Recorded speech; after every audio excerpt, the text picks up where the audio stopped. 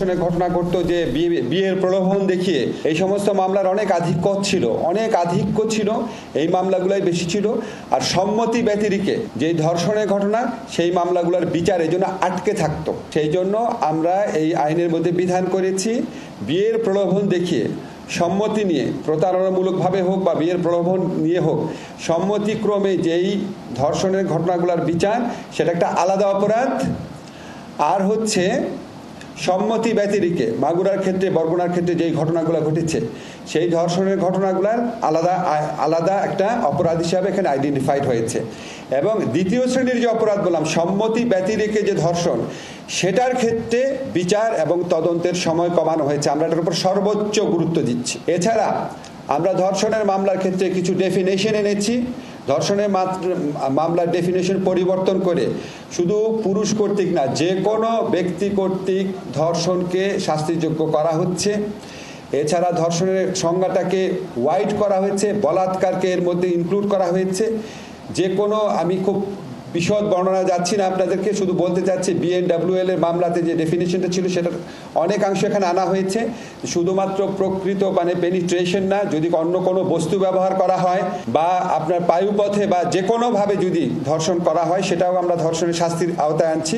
এটা আপনারা মানে যে কোনো ফর্মে যদি ধর্ষণ হয় এটা আমরা ওয়াইড করে দিচ্ছি। আর থার্ড যে অত্যন্ত গুরুত্বপূর্ণ পরিবর্তন আনা হচ্ছে সেটা হচ্ছে DNA রিপোর্ট পাওয়ার অপেক্ষায় অনেক মামলা বছরের পর বছর ঝুলে থাকতো। তো আমরা এই আইনে বিধান করেছি DNA রিপোর্ট ছাড়াই আদালত যদি মনে করে মেডিকেল সার্টিফিকেট এবং পারিপার্শ্বিক সাক্ষ্যের ভিত্তিতে বিচার সম্ভব তাহলে আদালত DNA সার্টিফিকেট ছাড়াই মামলা দ্রুত বিচার করার জন্য মেডিকেল সার্টিফিকেট এবং পারিপার্শ্বিক সাক্ষ্যের ভিত্তিতে বিচার করবে।